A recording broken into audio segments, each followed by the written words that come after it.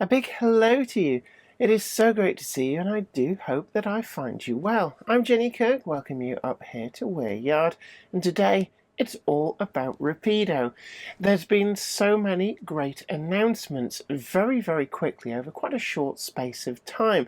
So consider this video the bumper Rapido roundup, and we are also going to be taking a look at the two newest releases to reach the shops later on in the video. So do stay tuned for that, for the Diagram 88, London and North Western Railway vans, and of course that Lowmac machinery wagon, which may well be the 00 item of freight rolling stock of the year, certainly for the Jenny Kirk Choice Awards, so do stay tuned for that. But that's not all. Rapido have been incredibly busy, and some amazing announcements that have really caught the modelling world unawares. The first up is probably one of the biggest developments that we've seen, certainly since the Titfield Thunderbolt. Perhaps we should have guessed that Rapido very firmly had their eyes on the world of film and TV, far beyond just that iconic film, and certainly they have not disappointed, pretty much blindsiding everybody out there with something that, if you'd have asked last week, would we ever see a ready-to-run Ivor the Engine, I think people would have looked at you with that kind of slightly perturbed and peculiar look of somebody who thinks, do we need to get the big butterfly net? But actually, when they've made the announcement, this has gone down probably better than any other announcement that I've seen made from any manufacturer.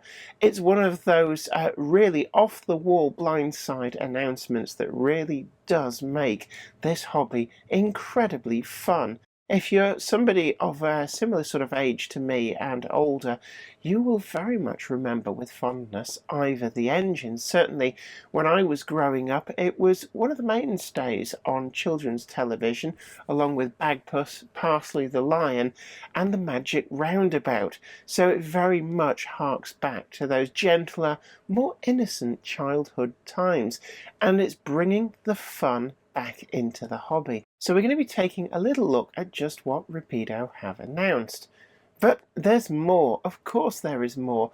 We've also got the Evolution range of coaches. Now these are a generic range of coaches that Rapido are tooling up, which give a variety of different roof profiles, types of coaches, running boards, which give a sense of that huge myriad of pre-grouping coaching stock that used to run on Britain's railways and that has largely disappeared. In fact, most of these coaches probably disappeared even during the reign of the Big Four.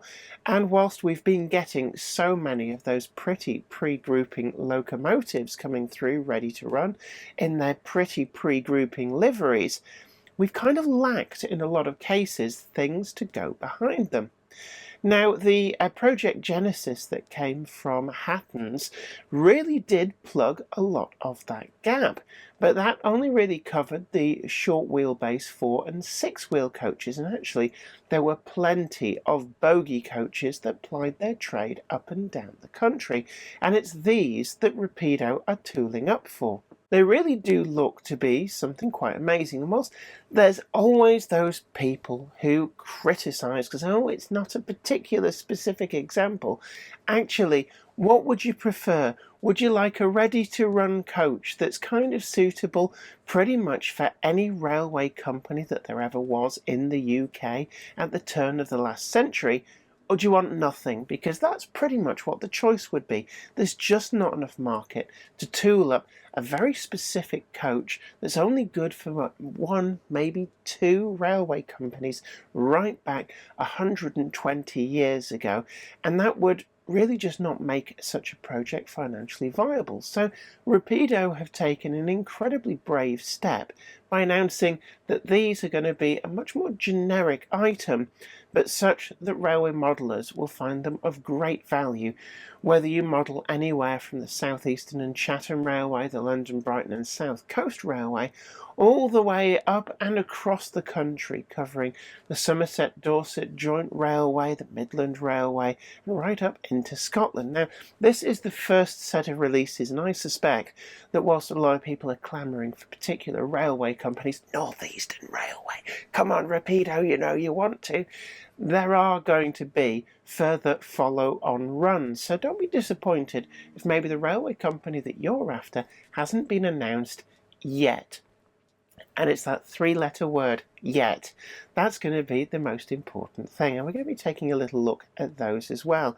They've also announced, and I think it kind of slipped below the radar somewhat, the LMS iron ore hoppers. And I'm going to take a very, very brief look at those too. Really useful way of expanding the rolling stock that's available for your rolling stock fleet. And I guess with all of the announcements that have been coming through, they may have been lost a little bit in the chatter. I mean, what's not to like? Ivor the Engine, but they're there as well. So come with me, and hopefully my voice won't give out. If you're wondering why I look a little bit more downtrodden and garbagey than usual, and sound like somebody has been through my lungs and vocal cords with wire wool, it's because somebody did just that. Yes, the police are looking into it. We think we know who did it. No, I'm just joking with you. I have been incredibly ill over the last week or so.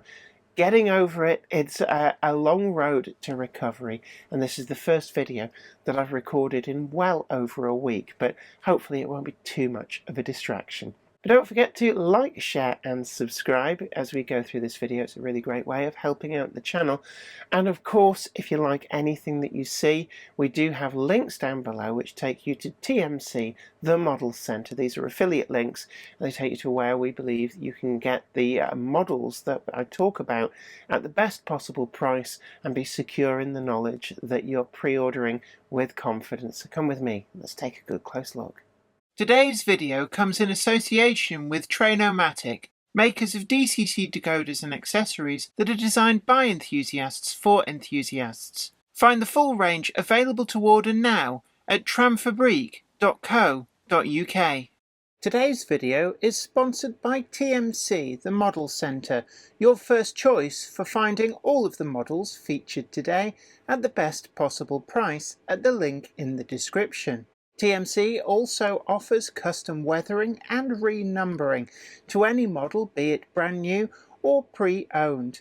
Check out their full pre-owned listings too, where you can be assured of quality as every item is screened and graded by professional staff. TMC, the Model Centre, your first choice for all aspects of modelling.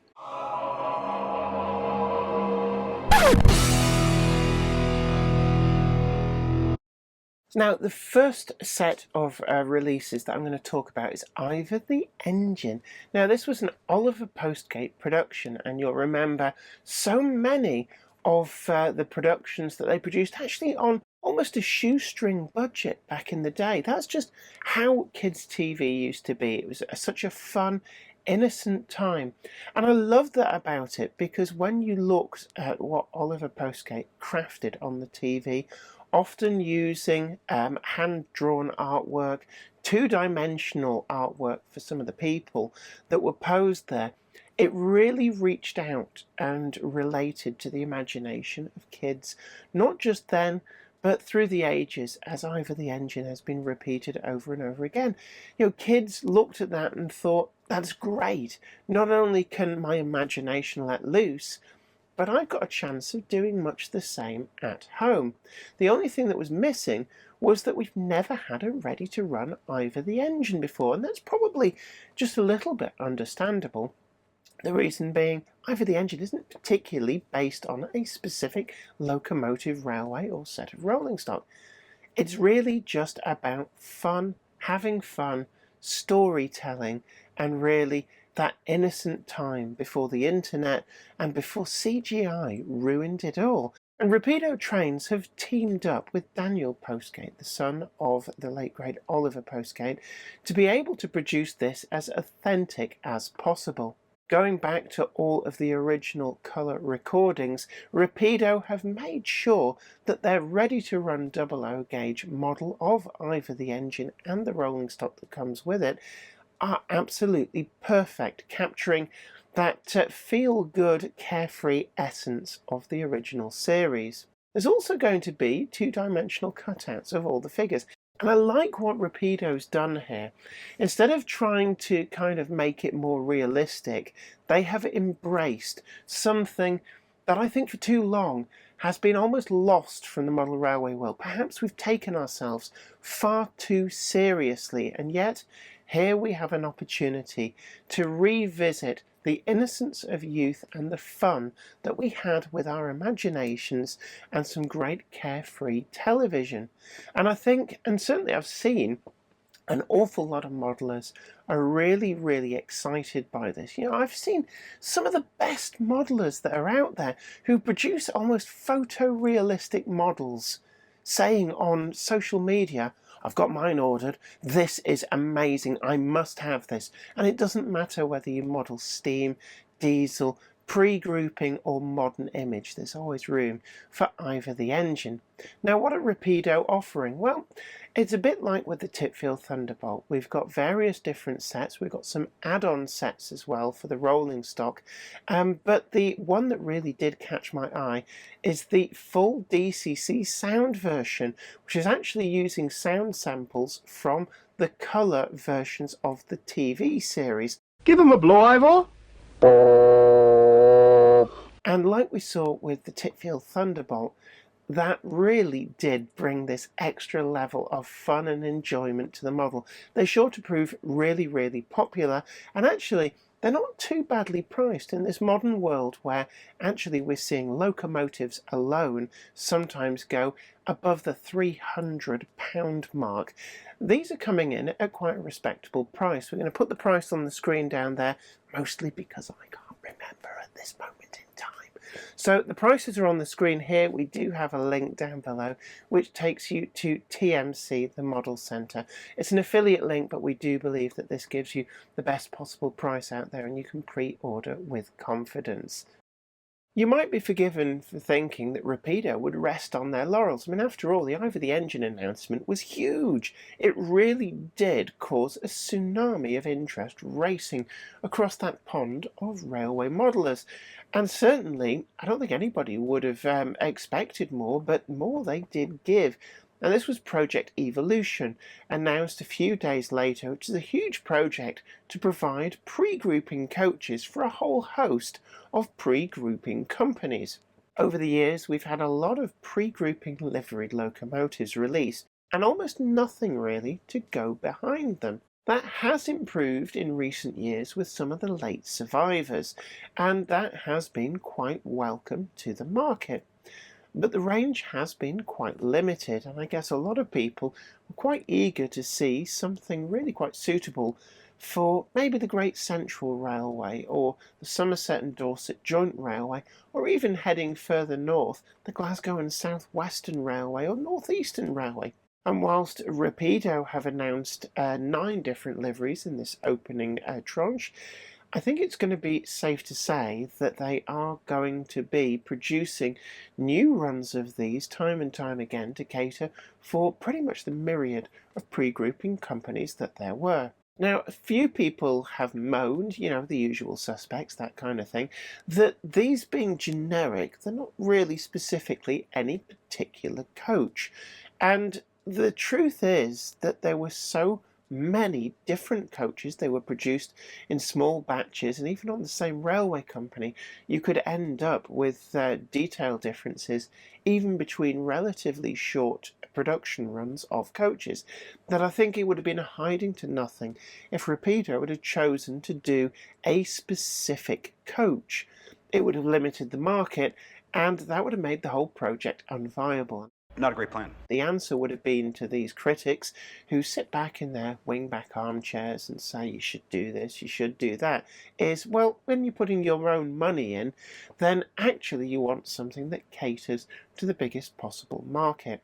And actually, I think that this is just the right thing that Rapido have done. They'll represent 48-foot coaches, and the detail differences will allow a number of different roofs, including elliptical and slightly more complex shapes. Clerestory, I think, is in there as well. And these roofs are removable, which allows you to populate your coach with remarkable ease. It also lets you take a good look in and see the detail that comes as standard, and it has rather become a Rapido trait. We certainly saw that with the Wisbech and Upwell coach that they did as part of the Tipfield Thunderbolt project, where it's got a fully modelled interior. In fact, going one step further, the towed brake van that came with that has a fully modelled interior, even though unless you actually take the roof off, you can't see it. And that will also extend to a fully modelled brake compartment interior too. And I'm quite curious just to see what they look like. Now, unlike the towed brake van in the Wisbech and Upwell coach, these will come with options for lighting, and they'll use a magnetic wand, which I think is a great thing, which will make this really easy to use, whether you model DC or DCC.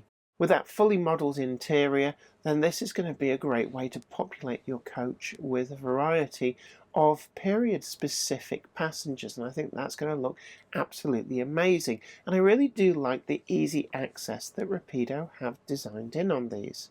But they've also gone far beyond the roof design, with different roof boards being tooled up, and also differences between gas and electric lighting, another important distinction which really does outwardly radically change the look of some of these pre-grouping coaches. Now, I know a lot of people might complain that their railway company has not been catered for in this initial batch, but believe me, I think this is going to be the product that keeps on giving, and we're going to see regular batches of these to suit a wide variety of pre-grouping companies, and it may well be the case that the batches are being dictated in part by what Rapido are planning on offering in their forthcoming models, but also what other manufacturers are offering too. And I must admit that I have made the case for North Eastern Railway and was met with a little bit of a shy wink and a never say never. So I suspect that they have got a lot of plans for some really quite incredible looking pre-grouping coaches, and the market is going to find that there is a coach for every occasion going forward. Again, we've got a link down below to TMC. It is an affiliate link, and this is where you can pre-order the full range with confidence, so do check that out. Also, don't forget, as we go through this video, please hit the like button. Consider subscribing too if you haven't already done so. It's a really good way of helping out the channel. And also consider sharing this and maybe help out your fellow modeler. Let them know about all these great things that are being announced. The final upcoming announcement that I've got for you is actually one which Rapido put out before Ivor the Engine and before Project Evolution. And it must be said that in some respects it kind of got buried by all these great announcements that came like bang, bang, bang. And that's the LMS iron ore hopper. It's something that actually was quite long-lasting on Britain's railways, a really useful wagon, and harks back to the days when iron ore wasn't imported from abroad. These days I think it all pretty much comes from places like Spitsbergen, where they can dig it out of the ground and pretty much like in the high 90% purity. And what that means is you don't need to pre-refine the iron ore to be able to smelt steel from it. How very delightful! But back in the day, it was the case that a locally sourced ironstone was produced in a lot of places, particularly around Corby and that kind of Northamptonshire area, and they would dig this stuff out of the ground, and it had a purity of probably around 40%, something like that, and then they would pre-refine it, and it made Britain self-sufficient, but you needed a fleet of wagons to be able to carry this, and that's where the LMS stepped in with this range of wagons. And probably best part of 100 years later, we then see Rapido stepping in to offer this once numerous example in ready-to-run form. There's a lot of different versions that are going to be put out in this initial release. Of course, we're going to get the LMS liveries both early and later, and we're also going to get the later British Railways liveries too. But a lot of these wagons passed into a variety of other uses as well. And one of those was the Longmoor Military Railway, and it's great to see that even more rolling stock suitable for modelling that scene is now becoming available. There's also a very eye-catching yellow version, which would have been an internal user in the Corby Steelworks, and I guess it's easily forgotten that the industrial world treated a lot of the railway companies and British Rail later on as a very, very good cheap source of wagons that, whilst they were no longer any good for running huge distances out on the main line, were still perfectly suited for trundling around an industrial complex, moving bits and pieces between different parts of what could be some quite sprawling works. And it's some of these internal users that Rapido have catered for as well.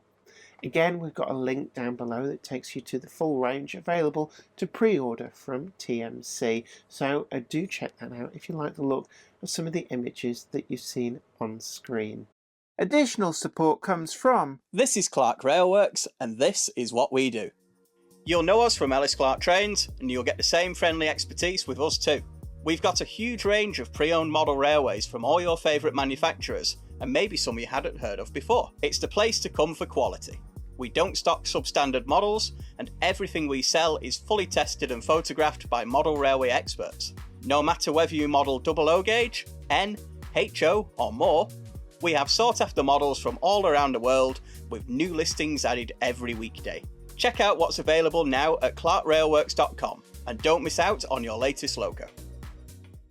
Rapido really have been keeping themselves busy, and it's not just the new announcements. Recently we've had come through from them the Ex-LNWR Diagram 88 vans, and I suppose that especially with the recent announcements from them and some of the models that they have delivered already, they're very much becoming known as the darlings of the pre-grouping wagon scene.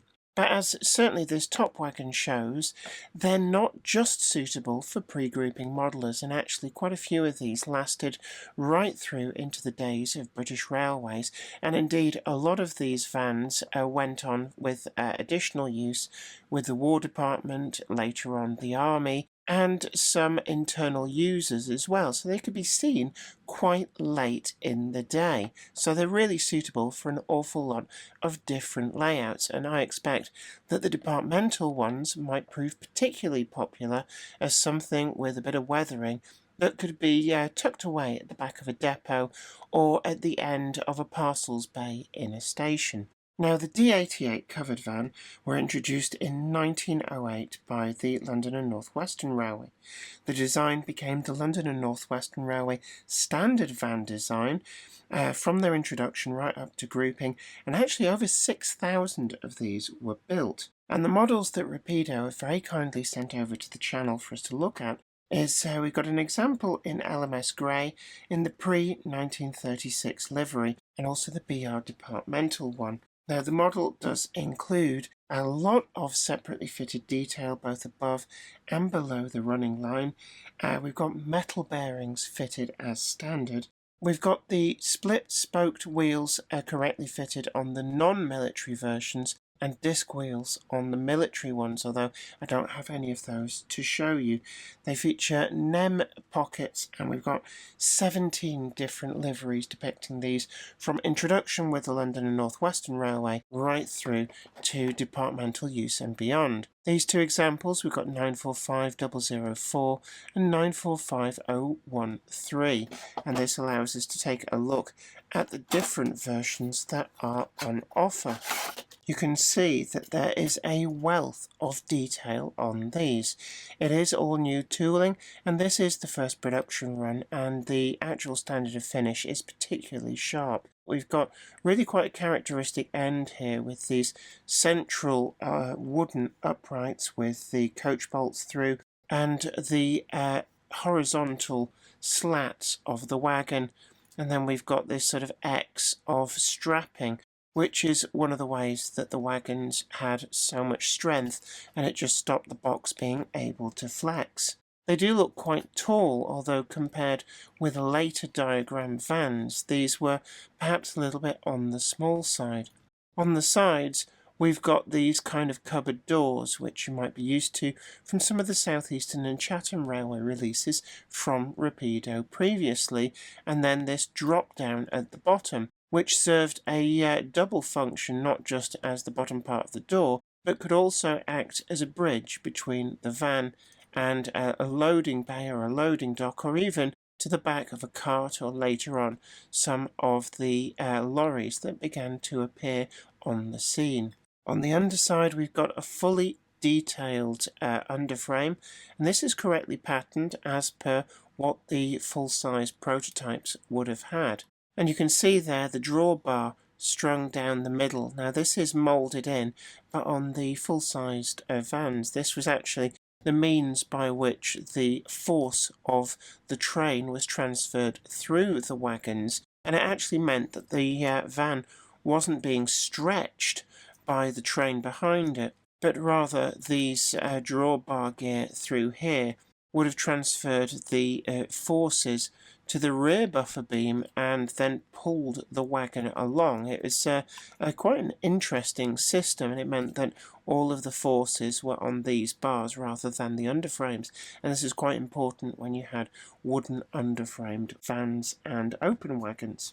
We've got the builder's plate down here on the sole bar. This actually says LMS, and you can see there actually just how free running these split spoke wheels are. They're sitting in kind of little bearing caps that are just inside the W irons, and that really does make for really free running. The buffers are metal turned, they're fastened in there quite well, not sprung, but we do have a metal drawbar hook as well, which is really nice to see on there. The roof has this correct pattern with actually quite a lot of ribs. It does look very, very substantial, and that might have aided the fact that after use with BR, a number of these vans were transferred on to the military. It does look like they were particularly well built. The livery application is crisp. The LMS grey is really nicely done, a kind of satin finish but more towards the matte end, and the printing is quite crisp. You can see here that the 10 tons and the wagon running number of 255355 are on a single plank, but the LMS does straddle the planking, and we've got no distortion or issues with that application. I do like all this extra detail here on the door. You can really see the mechanism of how these worked, how the strapping gave these doors strength and stopped them sagging. And it actually looks crisp enough to be separately applied detail. But I do think that that is actually all moulded on there, and it just shows how good the tooling is for these. On the sole bar of the wagon, you can see what appear to be separately applied metal pieces. They do look to have an air gap all the way underneath as per the prototype, and then the brake rigging there's a lot of etched metal here that's painted up. You can see it's a really quite fine brake handle on that. Couplings are slimline tension locks in a NEM pocket that is actually quite nicely fitted between the wheels, which keeps it somewhat unobtrusive. Looking to the other version here again, we've got the same details going on here on the wagon. I'm just going to double check and compare. Yeah, it looks to be exactly the same pattern of detail on here, just a different application.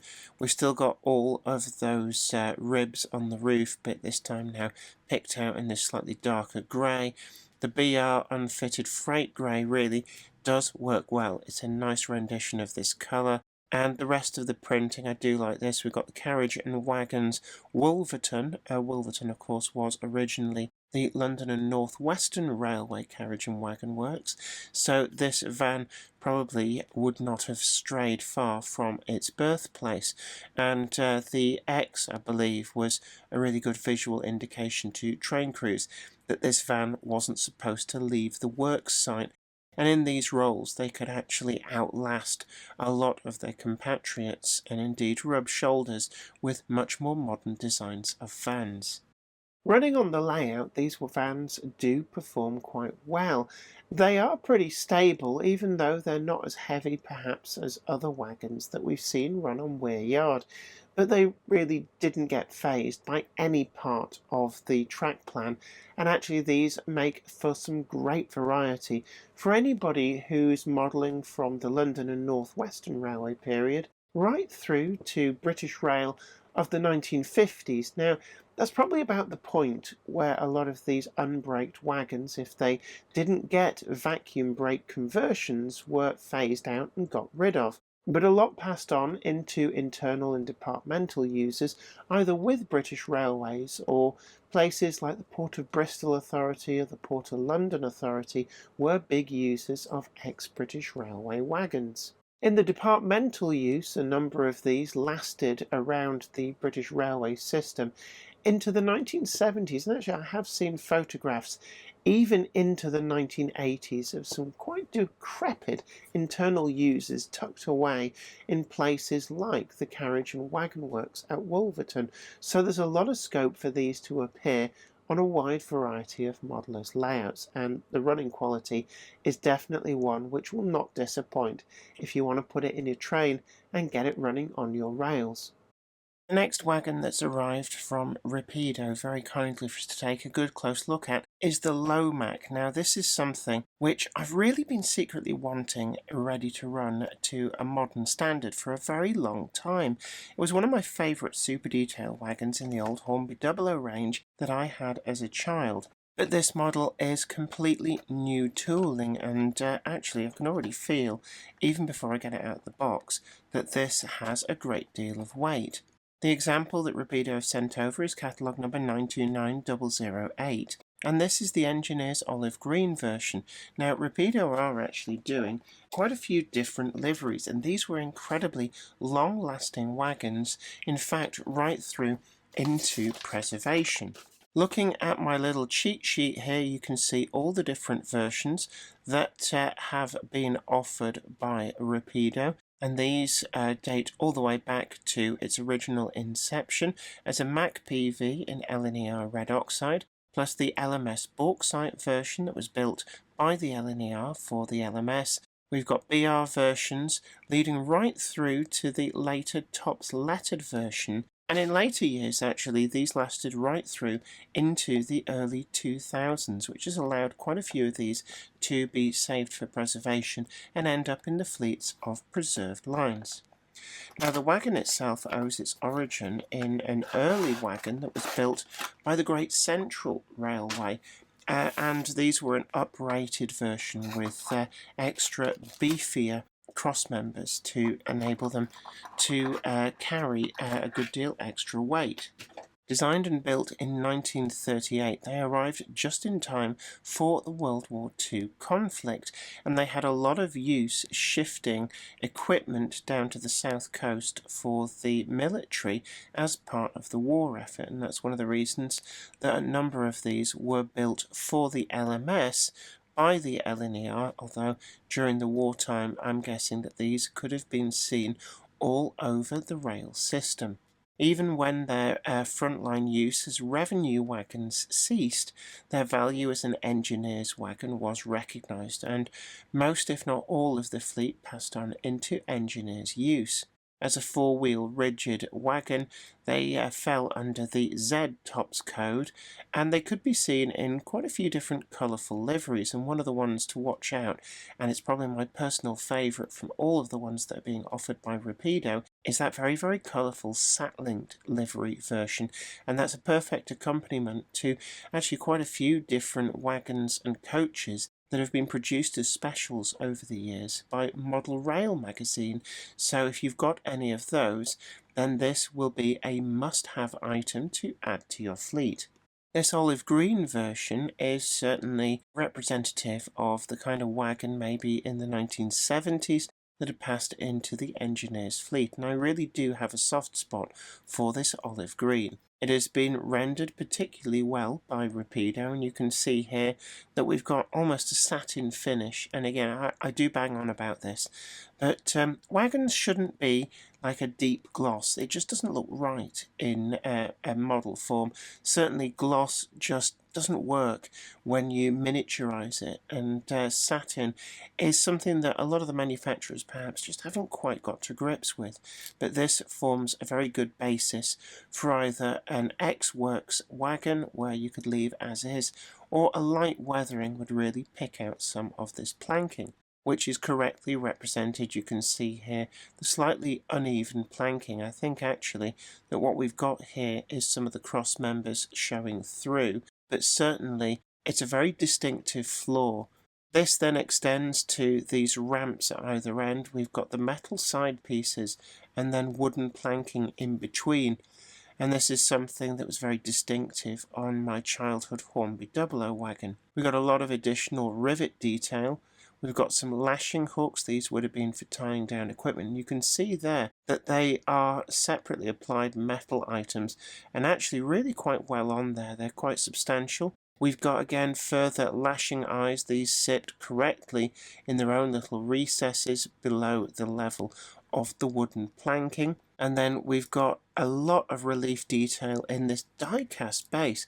It's actually predominantly a die-cast wagon, and this is really quite amazing and something that perhaps Rapido could have quite easily made an awful lot more of, because there's a lot of weight low down in this wagon. This entire modelled frame underneath is completely die-cast, finished in black. You can see there, I do quite like the fact that the planking is still brown underneath there. It is all separately put together. There's actually a deceptive number of parts in this wagon, and it really is a joy to take a good close look.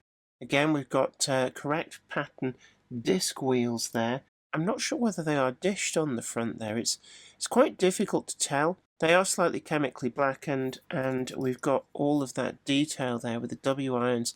It's very short metal handbrake levers. This would have featured vacuum brakes. I'm just looking to see whether any of the cylinders would be visible.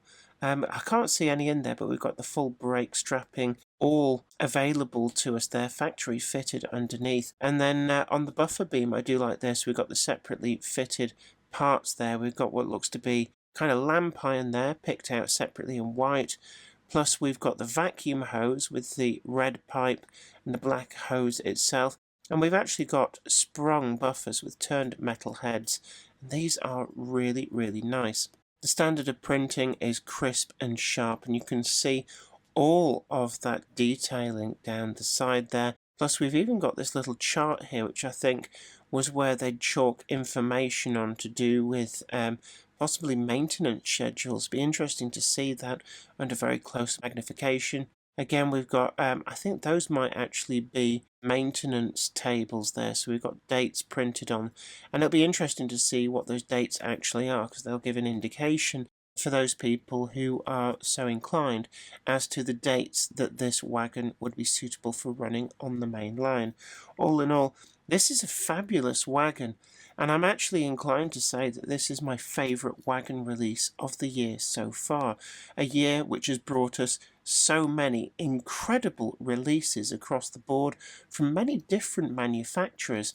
But I'm going to put this Lowmac up there as actually one of my favourites, if not my absolute favourites so far. I'm going to put these onto the layout and see just how well they run. But this has a huge amount of low down weight, and I've got every faith that whether this is marshalled at the head, the end or the middle of a very long train, it's going to run particularly well. If you're wondering then on scores, I'd certainly give this the full 50 out of 50, subject to that running performing really quite well. it did perform exceptionally well. I have to say, this was one that I was expecting great things of, seeing a lot of that die-cast low-down weight, but it didn't disappoint in the slightest, and this is one of the most sure-footed wagons that I've ever seen. Being very low, it's one of those that you'd probably forgive if it wasn't really the best performer out there, but it actually outperforms some of the bigger and more conventional wagons from a wide variety of different manufacturers, and all in all, I was incredibly impressed with this. If you're wondering about adding the wheels in the cradles, I actually just used a tiny amount of PVA glue just to hold these in place. It's quite easy to do. That means if you ever want to remove them, they should come off without leaving a mark, but it just means you don't have to worry with them vibrating free and littering your line side in the regular space of running. One area that has been picked up by some people out there is the couplings. Now, we do have that dovetail here at the end. The coupling itself is somewhat shorter and it has that flex there, which is quite necessary because of the wheelbase, but just from an engineering perspective, this has been a necessity for Rapido to be able to get these couplings in, and when queried on this, what they've said is that 98% of all modelers actually just stick with these couplings, so whereas people who use KDs or other such couplings might lament the fact that these are just a little bit tougher to do a change on, 98% of modelers will be quite happy with them as is, and it's prevented any need for a compromise underneath. One of the other things that comes with all versions of the Lowmac are these detail parts. These are some wagon wheels in cradles, and these aren't actually the same as the wheels that would be fitted to model wagons. These are actually correctly modelled and finished as per what real wagon axles look like, and I'm particularly impressed by, you can see there, the bearing ends. These are where they would have a kind of phosphor bronze two-part piece that would clamp over that, oil fed, and would actually take all of the weight in those W irons. Now, these feel like they're injection moulded. Certainly there's a reasonable amount of strength to them, and I am actually quite curious. They do appear to be, yes, they are 00 width. I had wondered whether these might be made scale width, but that might have actually kind of drawn attention to the fact that 00 is somewhat narrower than EM or P4. The whole bag there already finished in this kind of light rust finish, and we do get cradle pieces which allow these to be applied to the wagon floor, and you can imagine a load of wagon wheels being tripped from the main works or the manufacturer to where they were going to be used during the maintenance schedule of other wagons. And that brings us to the end of this bumper Rapido roundup. Certainly there's some amazing announcements coming through. Ivor the Engine has definitely taken the limelight, but Project Evolution as well, for me, is something that's going to be quite a bread and butter model. It's still going to be there long after the initial interest in things like Ivor the Engine has possibly died down. And even whilst you're enjoying that all-new story from Daniel Postgate that comes exclusively with the Ivor the Engine sets, then there is always going to be a Project Evolution coach coming to a model shop near you.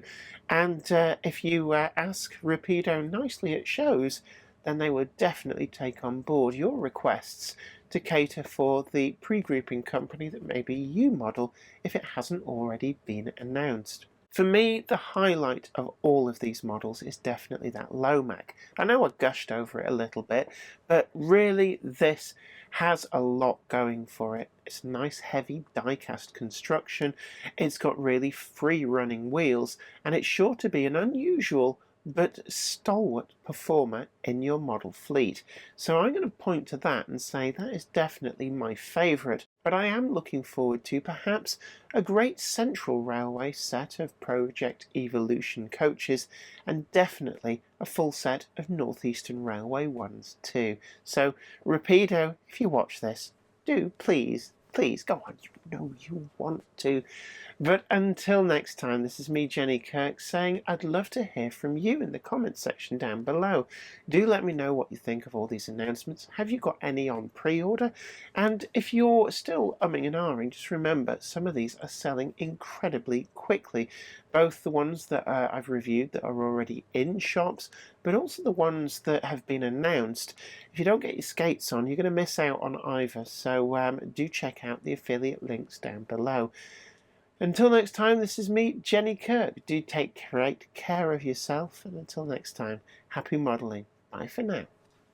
Today's video comes in association with Tramfabriek, makers of DCC decoders and accessories that are designed by enthusiasts for enthusiasts.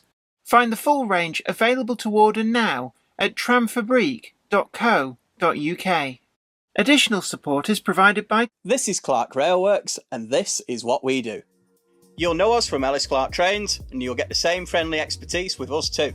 We've got a huge range of pre-owned model railways from all your favourite manufacturers, and maybe some you hadn't heard of before. It's the place to come for quality. We don't stock substandard models, and everything we sell is fully tested and photographed by model railway experts. No matter whether you model double-O gauge, N, HO or more, we have sought after models from all around the world with new listings added every weekday. Check out what's available now at clarkrailworks.com and don't miss out on your latest logo. Today's video is sponsored by TMC, the Model Centre, your first choice for finding all of the models featured today at the best possible price at the link in the description. TMC also offers custom weathering and renumbering to any model, be it brand new or pre-owned. Check out their full pre-owned listings too, where you can be assured of quality as every item is screened and graded by professional staff. TMC, the Model Centre, your first choice for all aspects of modelling. I'd like to thank everybody over on Patreon, and an extra special huge thanks goes out to our Patreon heroes. Without you guys over on Patreon, we really wouldn't be able to keep making the video content that you see on this channel. And don't forget that you can also head on over to patreon.com/JenniferKirk and check out the different tiers of rewards. Thank you so much. You are absolute legends.